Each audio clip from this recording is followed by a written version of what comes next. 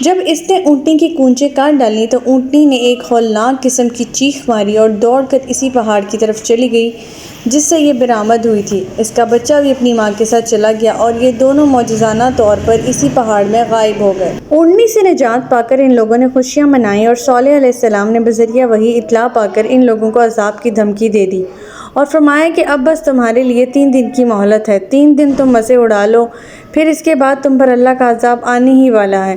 لیکن قوم نے صالح علیہ السلام کی اس تنبیہ کو کچھ اہمیت نہ دی اور آپ کو جھوٹا سمجھا اور کہا جس عذاب کی دھمکی دیتے ہو وہ ابھی لے آؤ۔ اب سیدنا صالح علیہ السلام کے قتل کی بھی تیاریاں ہونا شروع ہو گئیں۔ منصوبہ یہ تیار ہوا کہ سب لوگ مل کر آپ کے گھر کا محاصرہ کریں اور مشترکہ طور پر ایک بار حملہ کریں اور کام تمام کر دیں۔ بعد میں اگر کوئی پوچھے تو سب قسمیں کھا کر یہ کہہ دیں کہ ہمیں تو اس قصے کا کچھ علم ہی نہیں۔ تو یہ تھی ان کی پلاننگ جو انہوں نے کی تھی۔ آیت نمبر 78 فَأَخَذَتْهُمُ الرَّجْفَةُ فَأَصْبَحُوا فِي دَارِهِمْ جَاثِمِينَ۔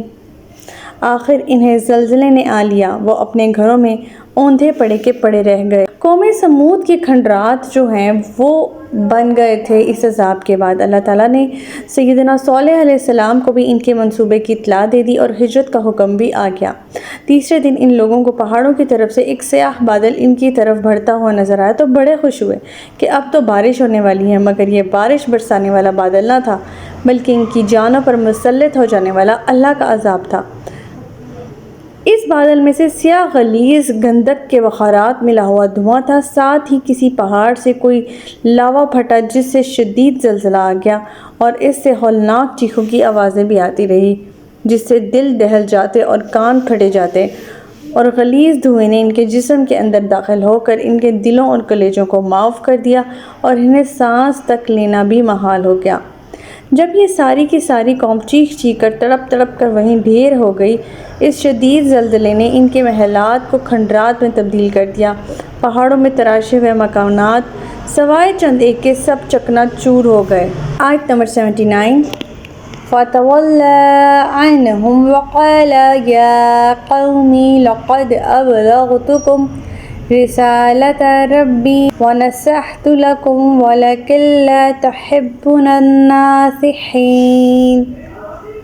پھر صالح علیہ السلام یہ کہتا ہوا ان کے ہاتھ سے چلے گئے، اے قوم، میں نے تمہیں اپنے پروردگار کا پیغام پہنچا دیا تھا اور تمہاری خیر خواہی بھی کی، لیکن تم تو خیر خواہی کرنے والوں کو پسند ہی نہیں کرتے۔ آپ کے خطاب میں یہ تھا کہ میں نے تو تمہیں اللہ کا پیغام بھی پہنچا دیا تھا اور تمہاری خیر خواہی بھی کی تھی، لیکن تم ان باتوں کا مذاق ہی اڑاتے رہے۔ اب تم جانا تمہارا کام جانے، یہ کہہ کر آپ شہر سے باہر نکلے ہی تھے کہ اس قوم پر عذاب نازل ہو گیا۔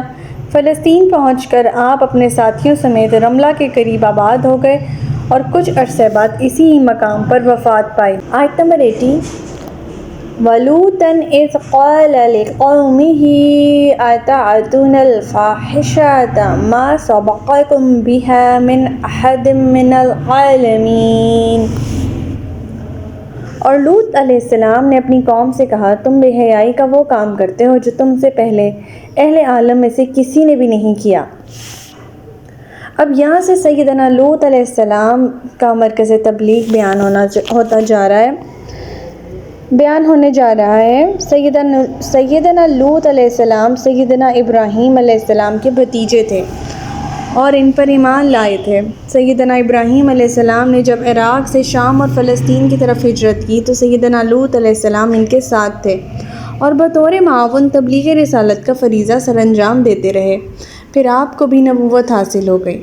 اب سیدنا ابراہیم علیہ السلام تو مصر کی طرف چلے گئے اور سیدنا لوط علیہ السلام کو شرک اردن کی طرف بھیج دیا گیا۔ قوم لوط میں دوسری اخلاقی برائیوں کے علاوہ سب سے بڑی برائی یہ تھی کہ یہ لوگ عورتوں کی بجائے مردوں سے ہی اپنی جنسی خواہشات پوری کرنا چاہتے تھے اور کرتے بھی تھے، اور اس فحاشی میں اس قوم نے شہرت حاصل کر لی تھی، حتیٰ کہ ایسی فحاشی کا نام بھی قوم لوط کی نسبت سے لواطت پڑ گیا، یعنی فحاشی کی وہ قسم جس کے خلاف سیدنا لوط علیہ السلام نے جہاد کیا۔ ممکن ہے کہ شیطان نے ان لوگوں کو اولاد کی تربیت اور اس کی ذمہ داریوں سے فرار کے لیے یہ راہ سجائی ہو۔ سیدنا لوط علیہ السلام کی قوم کے بعد دوسرے بدکار لوگ بھی اس فحش مرض میں مبتلا رہے ہیں، لیکن یہ یونان کو حاصل ہے کہ اس کے فلاسفروں نے اس گھناؤنے جرم کو ایک اخلاقی خوبی کے مرتبہ تک پہنچا دیا ہے۔ اور رہی صحیح کسر ہومو سیکشوالٹی کے حق میں جو پروپیگنڈے آج کل چل رہے ہیں، انہوں نے پوری کر لی ہے۔ اگر مرد مرد سے، عورت عورت سے لپٹ کر اپنی جنسی خواہشات پوری کر لیں تو اس میں کوئی قباحت نہیں، یہ ثابت کرنے کی کوشش کرتے رہے ہیں۔ تو ہمارا آج کا سبق یہیں تک تھا۔ اللہ تعالیٰ سے دعا ہے کہ اللہ تعالیٰ قرآن پاک کے احکامات پر ہمیں عمل پیرا ہونے کی توفیق عطا فرمائے۔